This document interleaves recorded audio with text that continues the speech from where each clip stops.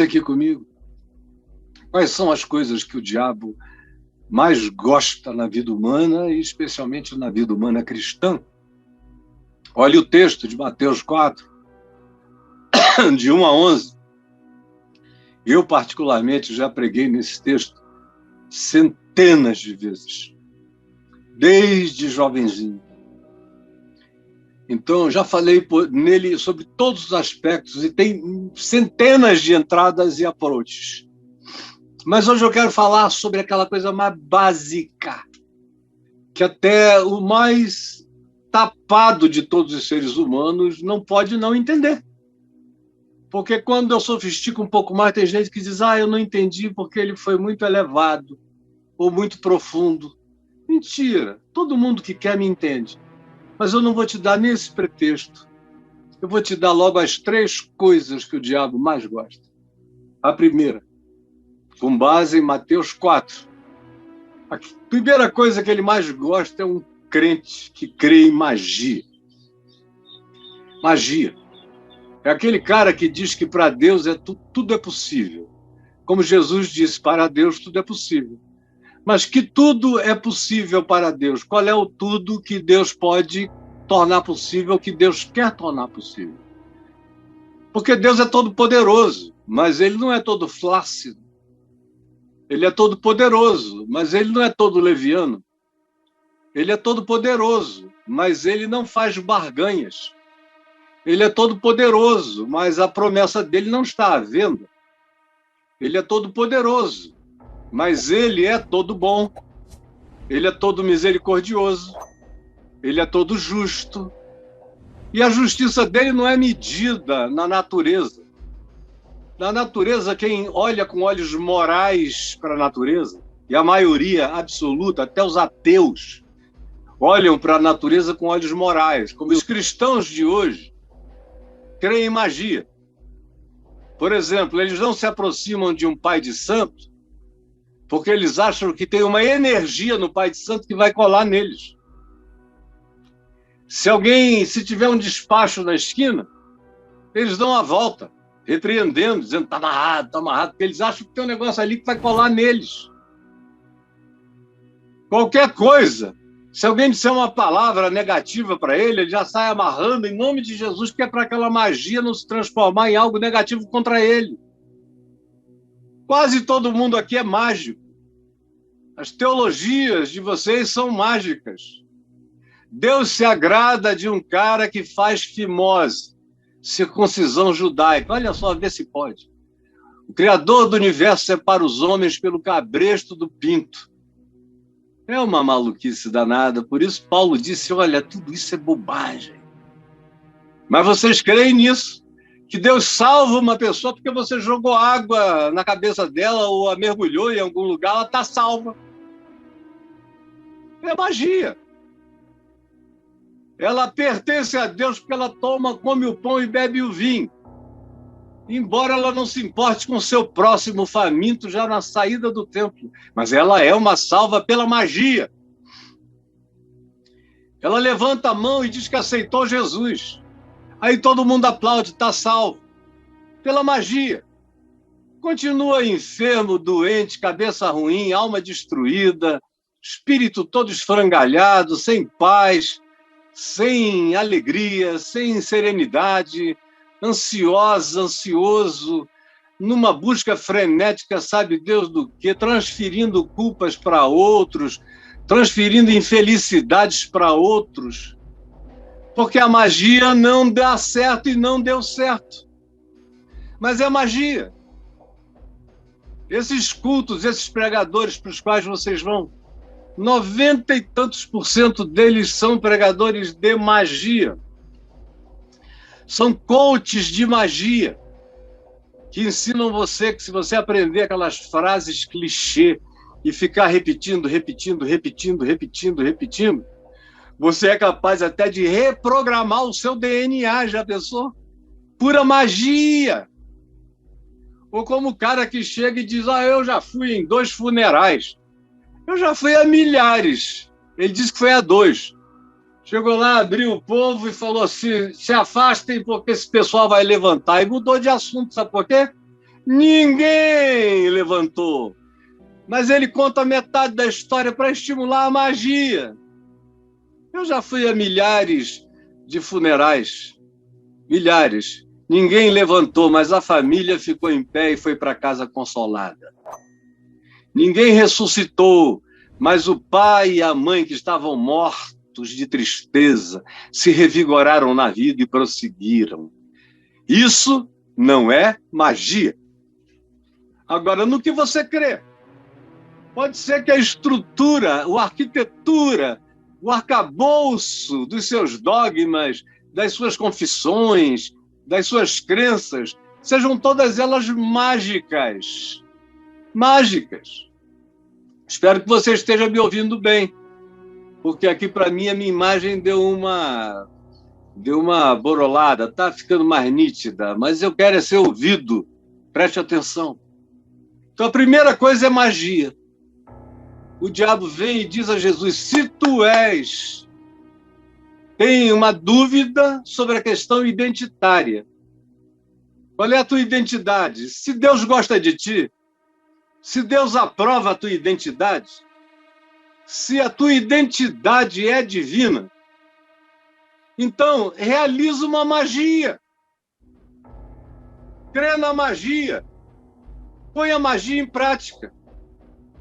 Pega pedra, como eu falei outro dia, transforma em pão. Asgo. Come. Mastiga. Enfia na goela. Pega um negócio de pedra como esse aqui, vai fazendo comida para você, ó. Vai lá. É disso que o diabo gosta. Transforma a pedra em pães. Não é tua mulher, mas pode ser tua amante sem ninguém saber pro resto da vida. O dinheiro não é teu, mas você pode dar um jeito tão grande que ninguém vai descobrir, cara. Você está na maior dureza, mas vai transferindo de centavo em centavo, que daqui a um ano você está rico e ninguém viu. Transforma a pedra em pão. Como tem aí esses apóstolos da escuridão, das trevas, dizendo, vá para o banco e pegue a sua comprovação eletrônica de saldo. Fique olhando para ela, porque o saldo vai subir, vai subir, vai subir, vai subir, vai subir, e você vai declarando em nome de Jesus que o saldo vai subir.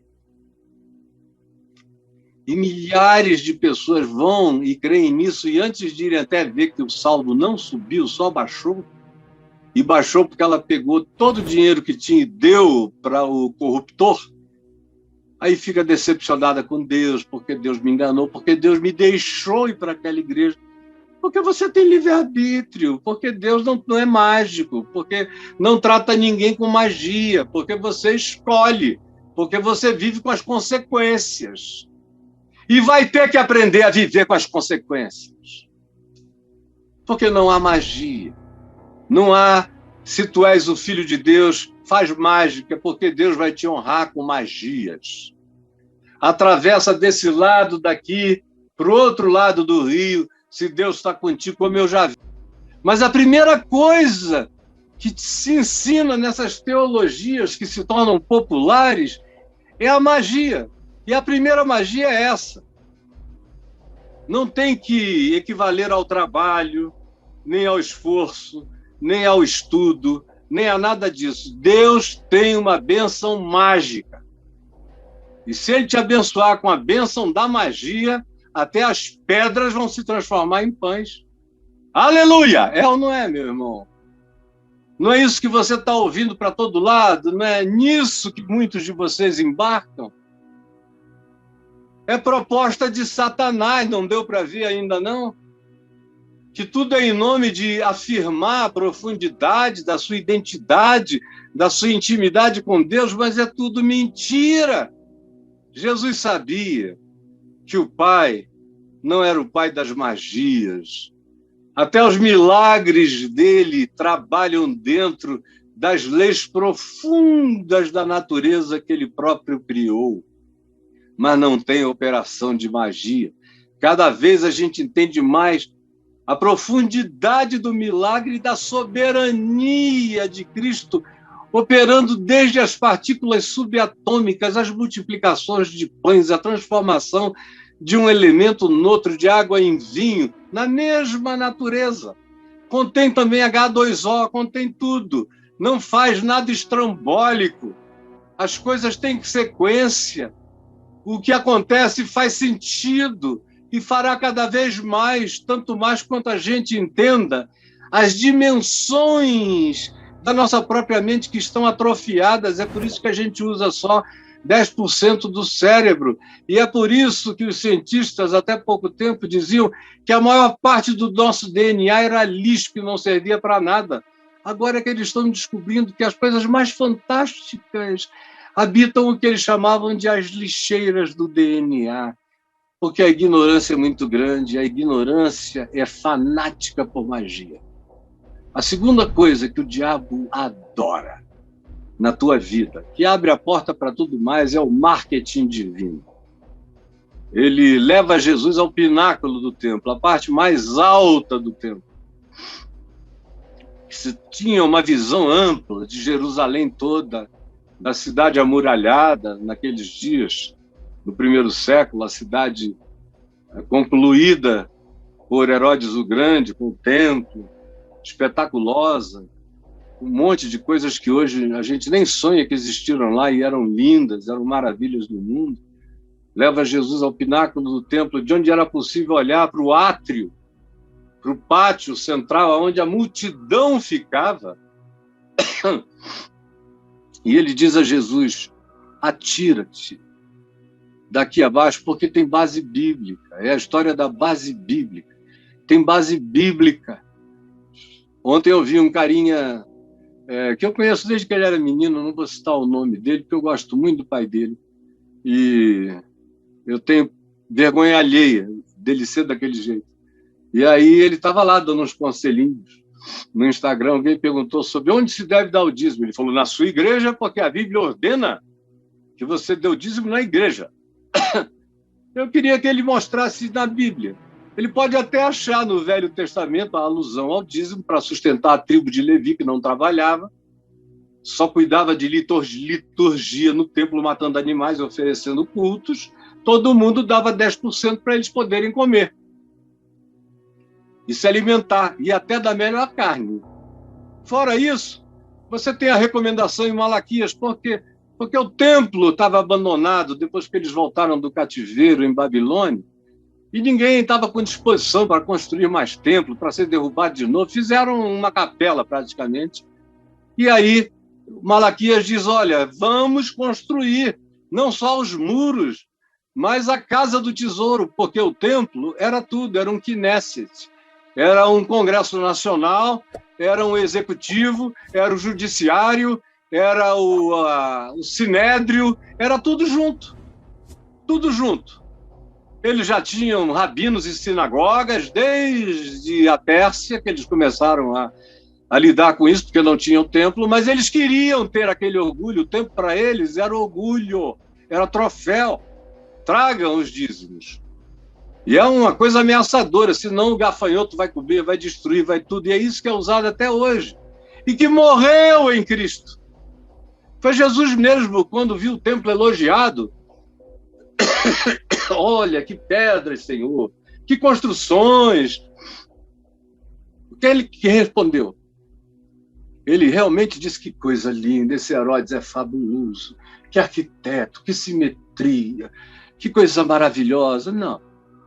Jesus disse: em verdade, eu vos digo que isso e o que isso representa, deixa eu dizer, não ficará aqui pedra sobre pedra que não seja derrubada. Essa é a importância que Jesus dá ao templo. Mulher, disse a samaritana, nem aqui, no Monte Gerizim, nem no Templo de Jerusalém, se deve adorar ao Pai. Deus é espírito, e ele procura para serem seus adoradores os que entenderam isso e o adoram em espírito e em verdade, no coração. Entra no teu quarto, então fala com Deus em ti, porque ele te habita, e tu és o templo, tu és o santuário, esse templo que cresce para dentro. Mas vai o diabo e diz, tem base bíblica, Jesus. Salmo 91 e cita. O cara teve a coragem, como eu vejo esses pregadores tirarem o texto do contexto, criarem uma fábula suicida, louca, montada com base bíblica, e eles não sabem nem o que estão falando. Para eles, a Bíblia é só aquele livro. Se eles acharem alguma coisa entre a primeira capa e a última capa, não importa que o último terço do livro diga que o que ficou para trás ficou em obsolescência, não interessa, eles vão juntando, fazem um Frankenstein bíblico e apresentam com base em montagens. Montagens, são montagens, caçadores de Pokémon teológico.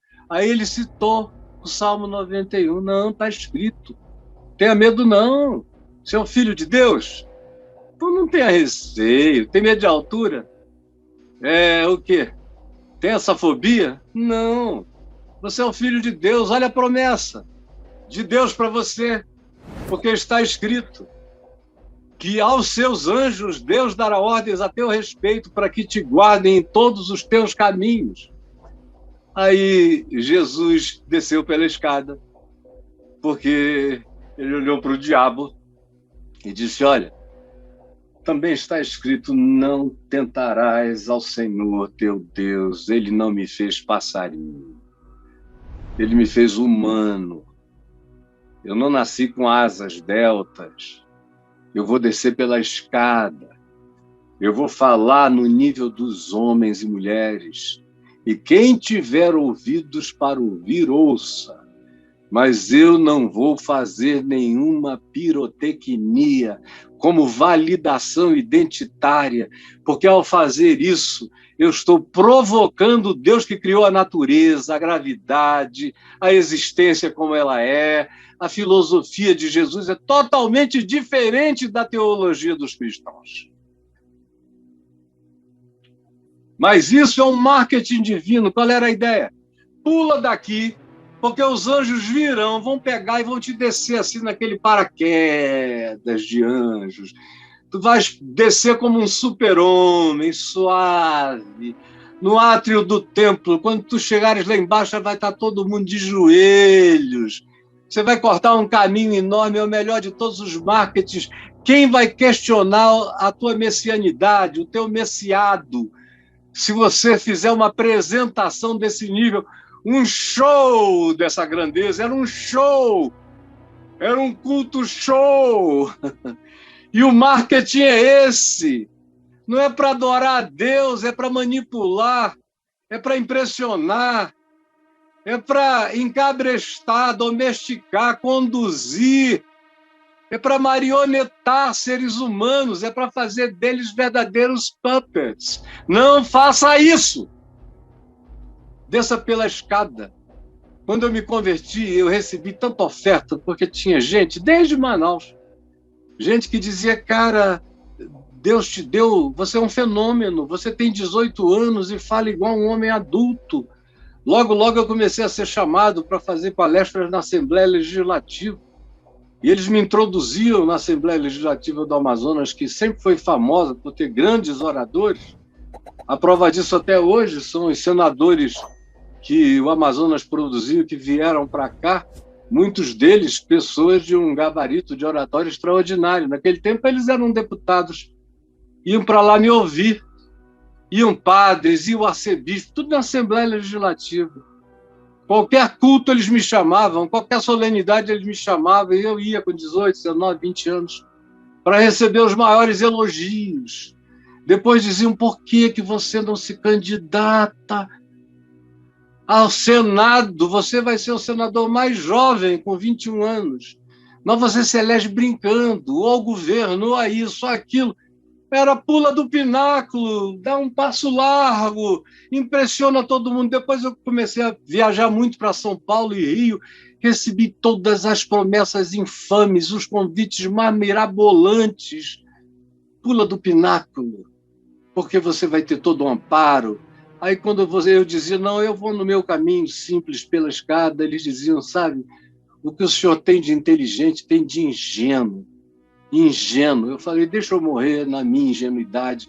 Disse milhares de vezes e digo até hoje, diria até o fim da vida, eu não quero outro caminho que não seja o da natureza criada pelo Senhor. E o diabo, todavia, adora esse marketing divino. Ele diz que é para ajudar a Deus. Eu vi um cara também essa semana, eu fiquei impressionado com um cara que disse, por que eu estou pregando isso para vocês? Eu não precisava, eu já estou rico, é um coach. Eu estou pregando isso a vocês para ajudar Deus. Para ajudar Deus. É para isso que eu faço esse show grandioso. Para ajudar Deus. Porque se não ajudarmos Deus, Deus não vai falar com ninguém. Eu falei, meu Deus, tem olhos, mas não vê, tem ouvidos, mas não ouve, tem boca, mas não fala. É só um ídolo. E esse povo aplaude, aplaude. Todos loucos, insanos, sucumbiram ao marketing divino. Estão ajudando Deus. E a terceira e última coisa que o diabo adora, adora mesmo, e durante toda a história ele sempre trouxe isso recorrentemente, nunca para de trazer nas instâncias as mais variadas da existência da gente. Não é só para gente com muita capacidade de poder, é para qualquer um. No nível da sua vida, aparece essa proposta da ganância de poder terreno. Estava conversando com um amigo querido, com quem eu não conversava assim com qualquer intimidade já, uns 19 anos, 20 anos quase, 20 anos. E aí eu não sabia o quanto ele tinha mudado, é mais fácil de saber que eu continuei o mesmo, porque eu estou aqui, todo mundo que queira me vê, e aí ele não é o caso. E aí ele virou para mim, sabe, reverendo, eu acho o seu ministério lindo, mas, na minha opinião, o senhor devia ficar muito rico, rico, rico, rico. Porque o senhor tem coração para ajudar os pobres, o senhor só não vai poder ajudar os pobres sendo um deles. Eu falei, olha, eu estou longe, infelizmente ou felizmente, o Senhor Deus o sabe, eu sou grato pela vida simples e modesta que Ele me deu, aonde nada me falta, conforme a promessa dEle.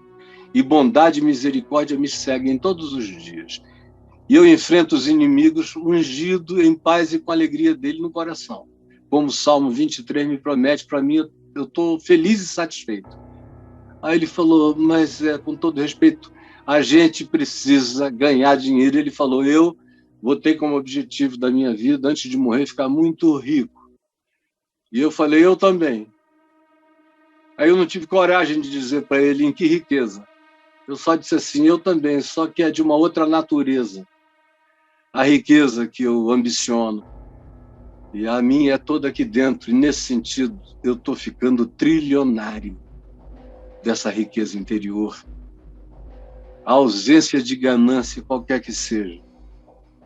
O diabo pode vir procurar ganância em mim. Vai ser uma frustração. Porque eu não tenho ganâncias, meus amigos. Eu não tenho. Eu sou grato pelo que o Senhor Deus me dá, na medida e na proporção das minhas necessidades. Mas eu não tenho ganância, eu tenho fé. Eu sei que quando eu partir, não faltará nada para minha mulher. Sei que ela vai viver a vida dela até o final da velhice dela, se eu partir antes, com integridade mental, sem faltar nada. E nós não somos e nem seremos ricos, nem milionários, só nada nos faltará. Que riqueza há maior do que essa? Mas o diabo quer botar ganância. Paulo diz, escrevendo a Timóteo, no capítulo 6 da primeira epístola, que todos aqueles que ambicionam, que gananciam a perspectiva de se tornarem ricos, estabelecem que os fins justificam os meios, transforma a pedra em pão, pula do pináculo, faz qualquer negócio. Ou até se ajoelha, se curva diante do homem mau. Tem gente aqui que diz, eu nunca me curvei diante de Satanás. Eu digo, você que pensa, meu filho. Você está de joelho aí num monte de diabos. Os diabos não são seres com chifre. Os diabos Eles são muito agradáveis ou então muito convincentes, muito manipuladores. E o que não falta são adoradores. E é fácil, às vezes, o grito louco de um insano mobilizar uma nação inteira. Basta ver promessa de poder, de fartura, de qualquer coisa que o pessoal embarca.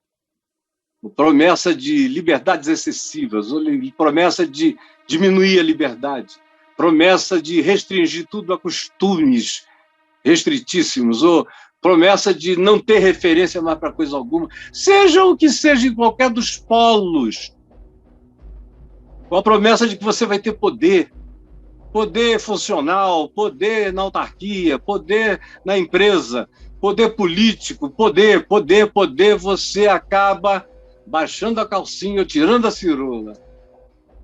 E eu não vou dizer em que posição a maioria fica, mas o diabo diz: olha aqui, todos os reinos do mundo, todos, que Jesus conhecia todos eles, sem ter saído de Nazaré. Eis aqui todos os reinos do mundo. É uma viagem mental, subjetiva.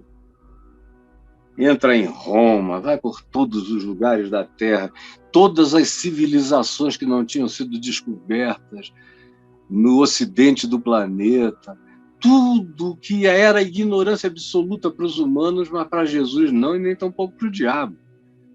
Tudo isso eu te darei porque me foi dado. O mundo jaz no maligno.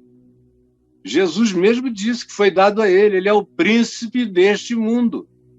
Paulo diz que ele é o espírito que atua nos filhos da desobediência. E tem muito mais joio no mundo do que trigo.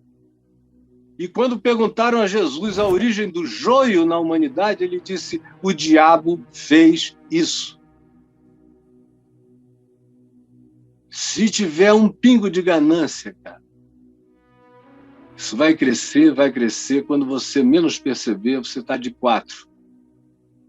Eu vejo, por exemplo, às vezes com mulheres gananciosas, que não estão nem aí, nunca amaram de ninguém, não têm vocação materna, nem gostam de crianças. Tem algumas que odeiam homens, estão ficando meio heterofóbicas, mas tem um desejo de viver uma vida de poder e de riqueza, que eu vejo de vez em quando. Nos Estados Unidos eu via muito, era quase normal lá. As pessoas com quem eu namorei, eu saí, diziam: olha, tem uma amiga que está ficando com esse cara, vai casar só porque ele tem não sei quantos milhões de dólares. Aqui em Brasília é muito assim. Você vê gatas lindas ficando, não são nem sugar daddy. Dão um jeito de casar para herdar aquela dinheirama possível. Tem que ficar de 4 para o diabo, né? Literalmente. Na política, então, meu Deus, tinha que ter um genuflexório no gabinete de um bocado de gente com poder para o sujeito já entrar se ajoelhando, para dar, pegar e levar. Ganância de poder terreno, ganância de fama.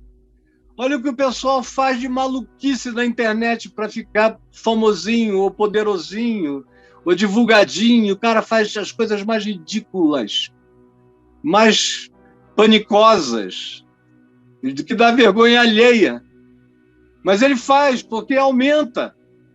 Uma pessoa como eu, que fica falando coisa séria, tem que não ter ganância digital, porque senão você vai ficar frustrado. Eu não sei nem como é que aqui no YouTube eu tenho quase 800 mil, e no Instagram também, e lá no Facebook mais de 500 mil, porque eu não ajudo em nada.